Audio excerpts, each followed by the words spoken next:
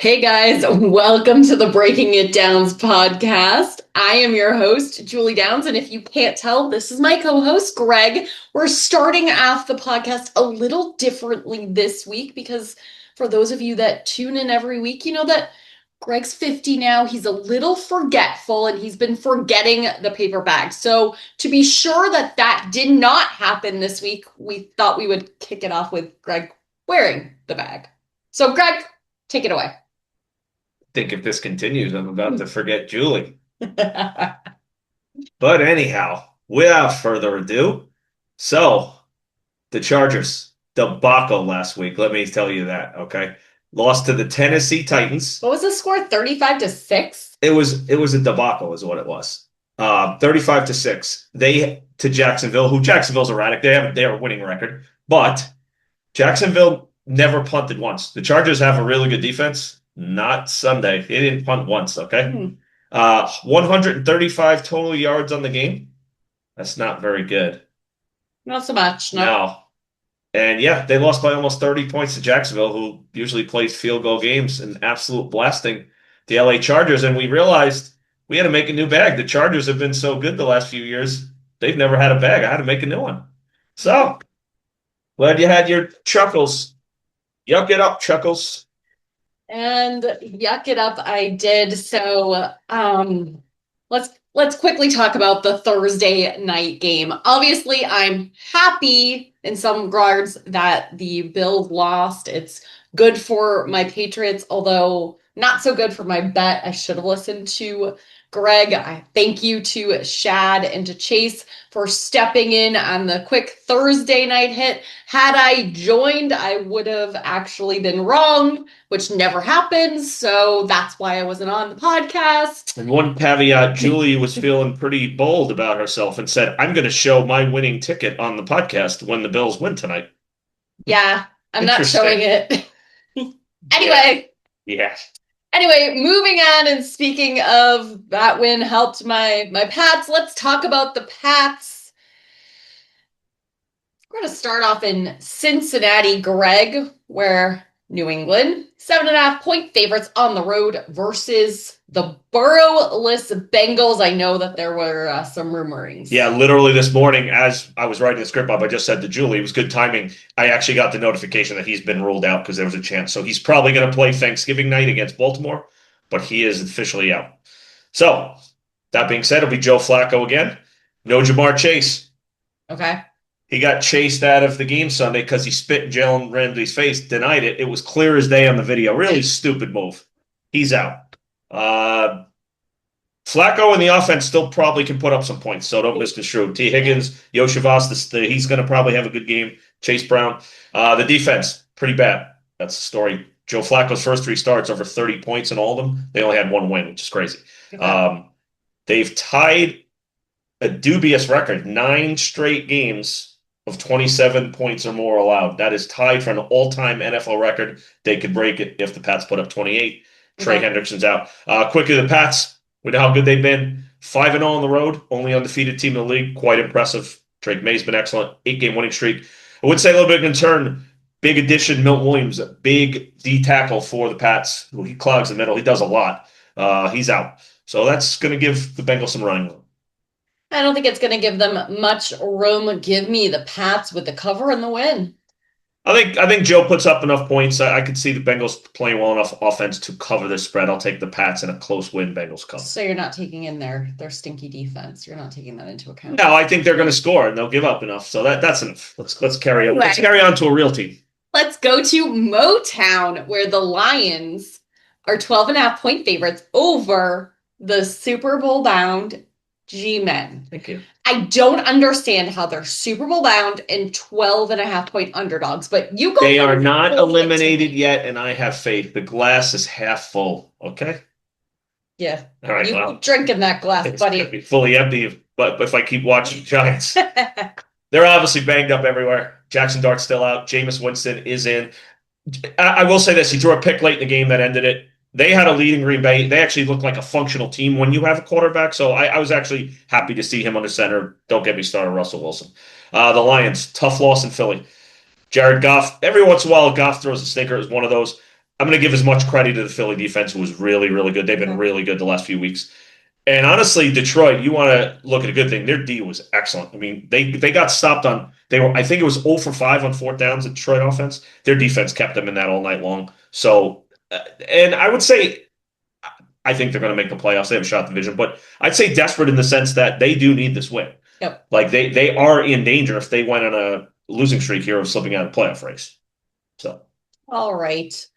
Give me your Super Bowl bound G-men to cover and the Lions to win.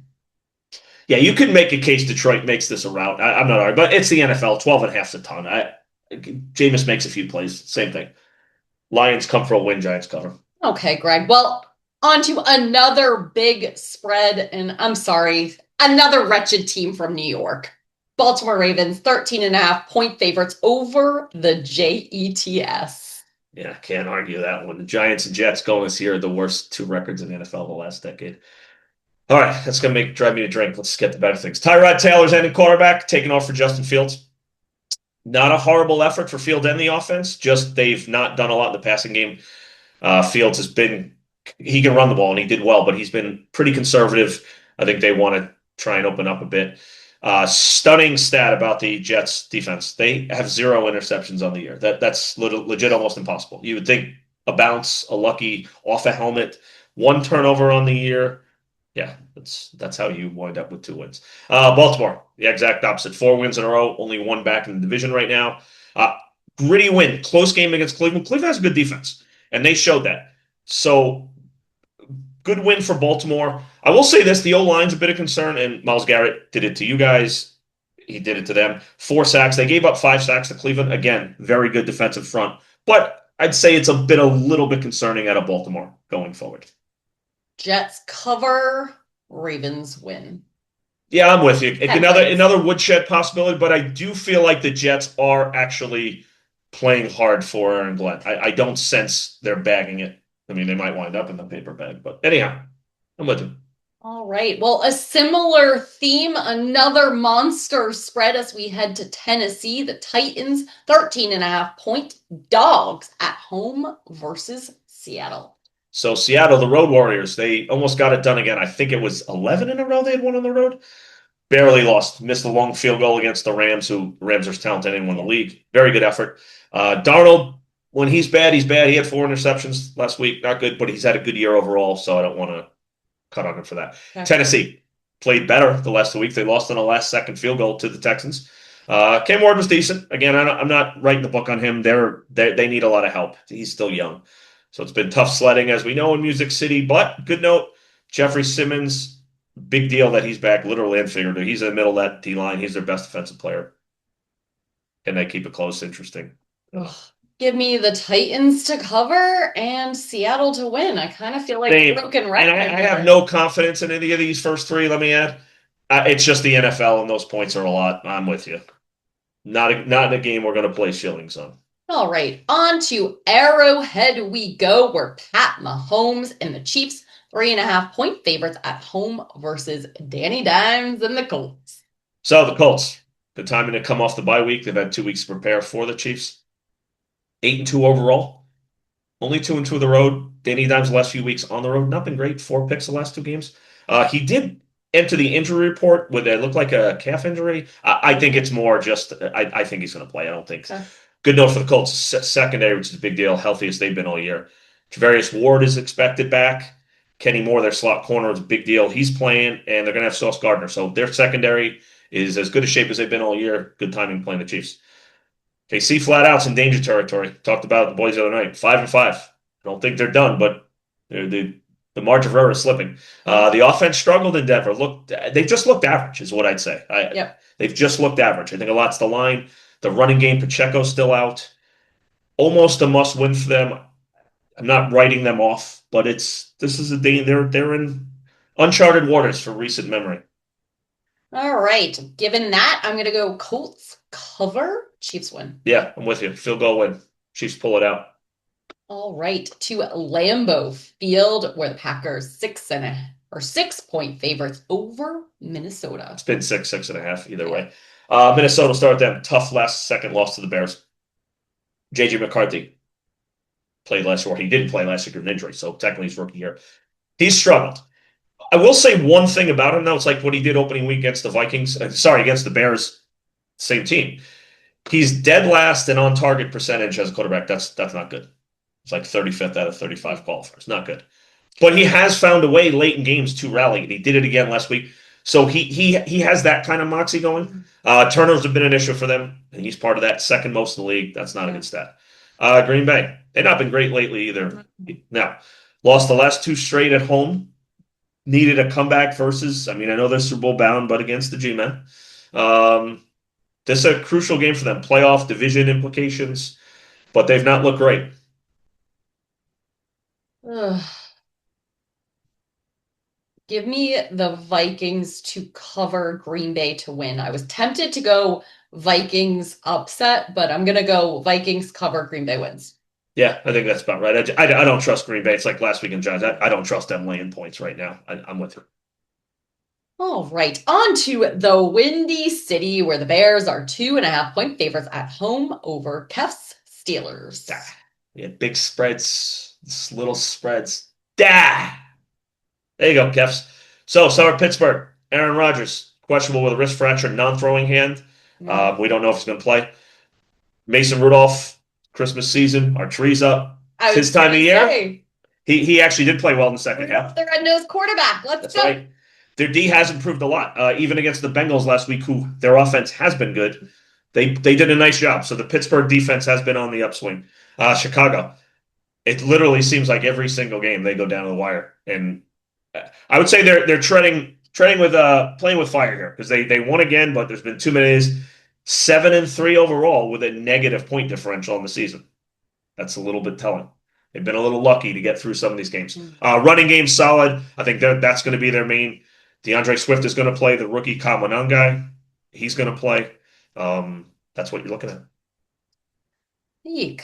Um, they're the Bears. They're bad news sometimes. So I'm going to give Kefs some good news, and I'm going to go Steelers with the cover and the win. I think I'm going to go with you on that. I think Kefs be happy. Deb Watson out there be happy. I think the Steelers actually. I don't trust the Bears laying those points with those stats. I've given the Steelers. All right. Rudolph or Rodgers. Heading to Arizona, where the Jags are 2.5 point favorites on the road, visiting the Arizona Cardinals. Well, talk about the bag. It was the Jaguars who gave the Chargers the bag. Best game of the year. Interesting too. Lawrence in the offense, even in their wins early, had so. He's unreliable for me, Greg. Take it I'm easy. sorry. Settle down. Settle down. No talking while I'm talking. I will talk while you are talking for the rest 30, of my life. 31 on a good note for real. Posted by 31 plus points in the 3 games since, which is obviously they've tweaked some things. They've looked much better, and that's with Brian Thomas out, their best receiver. He's questionable right now, may play, but they still been putting up points. Arizona lost 7 of 8, not been looking good. Marvin Harrison out again. But a good note for the Michael Wilson out almost 200 yards, so he's their de facto #1 right now. Okay. So him and Brissett's actually played okay. So their offense has actually been pretty decent, even in this losing streak. I'm going to give it to the Cards, cover win. Yeah, I think this is a trap game. Coming off a huge win, going out west on the road. I'm with you. I like Jackson. Remember, I picked them before the year to make the playoffs. I think it's a bad spot for them. I'm going to take the Cardinals. I'm with you. All right. Heading to Sin City, where the Vegas Raiders roll in as 3.5 point favorites at home versus Cleveland. Now, Sin City, that this game might be a sin if you're going to watch the whole thing. This is not a pretty one. Start with Cleveland. Talked about good effort versus Baltimore. Their D line is legit. Myles Garrett with the 4 sacks, 15 on the year, leads the league. He's doing against everybody. He's a beast, flat out beast. Shador Sanders, he's now a quarterback. He struggled poorly. They got a lot of flack for that. I watched the end of that game. I'm not going to read too much of that in all. The Baltimore D line was all over him. It's his first reps. I'm not going to make a big deal. They weren't great with Dylan Gabriel either. I'm not ready to throw Sanders on the bus. Vegas, O-line's a mess, and that could be an issue versus a ferocious Cleveland front. Geno Smith, and it's part that reason he's not been good. Most interceptions in the league. That's not a good stat. The running game with Ashton Genty, he's the rookie who's supposed to have a big year. That's not gotten off the ground because of, no pun intended, the line. Yeah, this is not the prettiest game on the board. It's not, but I think that Vegas gets something going. Give me Vegas with a cover and the win. I could I know see it's not the smart I pick, could but say Brock Bowers would, I mean, he'd be the most influential offensive player, but I don't trust that Raiders team at all right now. And I think that Cleveland D, give me Cleveland in an upset over the Raiders. all right. Heading to New Orleans. Saints 2.5 point favorites over Atlanta Falcons. Yep. Well, we said it's Christmas season. Stink, stank. Dunk. That's this game too. There's a couple of stinkers on the board, but Atlanta, they keep finding ways to lose. That it's become a problem here. Raheem Morris, you better he might be starting to look on the wanted ads because it's not looking good over there. Blew the lead, lost an OT to Carolina. Bryce Young had extremely modest passing numbers on the year. He put up almost 450 against that defense. That's not good. Drake London, their star receiver's out. Penix is out. Kirk Cousins, quarterback. He's had a good career. He's looked washed. Not pretty over there. New Orleans, not pretty there either. A nice win the week before. They still are not a good team. I think they're going to try and I exploit know. that defense coming off the bye, correct? They're going to have Olave and Jawan Johnson. For those of you prop bets, individual bets, you're going to see a lot of action of them. Not a pretty game. Tyler Shuck, the rookie, played okay last game. That's what you're looking at. Give me the Aints with a cover and the win. I can't. I'm gonna take. I can't give the Aints laying points to anyone. I'll take Bijan Robinson the running game to show some pride. Give me Atlanta. All right. Slight upset win, but garbage. Let's head on over to Dallas for a good one. Finally, the Eagles, 3 point favorites on the road versus the Cowboys. So we'll start with Dallas. Inspired win in Vegas. We talked about, unfortunately, their teammate who passed. Yeah. I Yeah. wasn't surprised. They gave max effort. They looked as good as they did all Yeah. year. One real factor going forward, their D is significantly healthier. They literally got like four starters back last week. Quinn and Williams, so they brought in for the Jets. He made an immediate impact.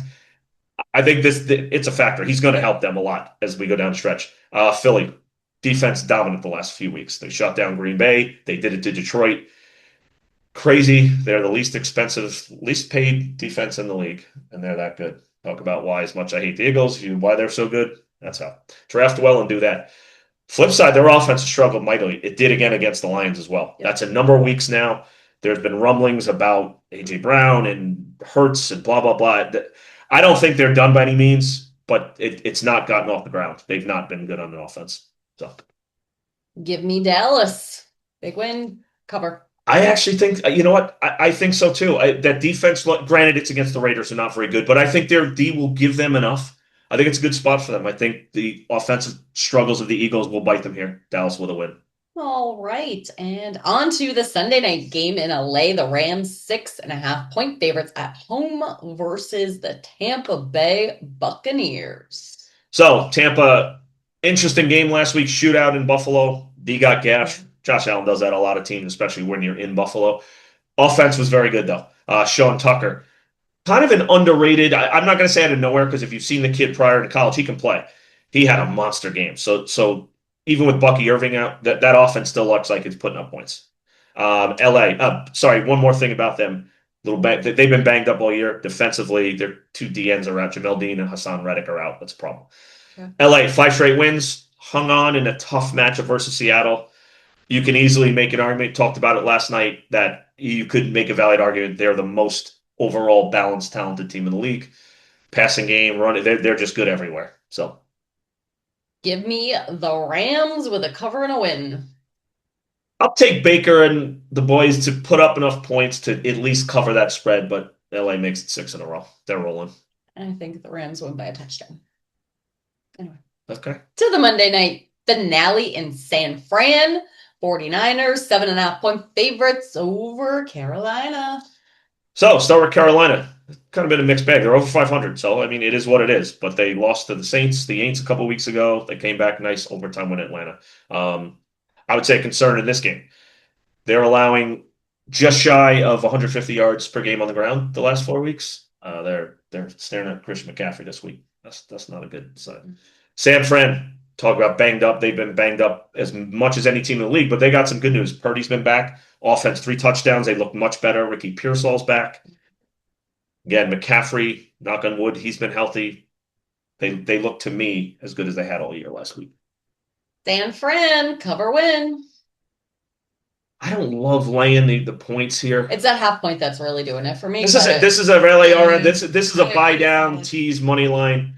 I have them as my survivor pick. I'm going to buy this to 6.5. San Fran all the way. it.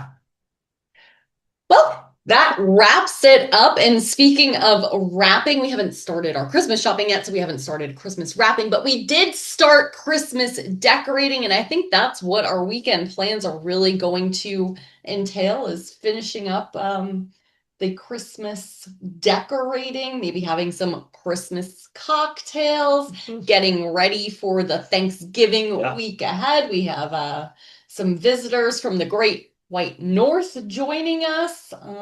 Yep. And obviously football.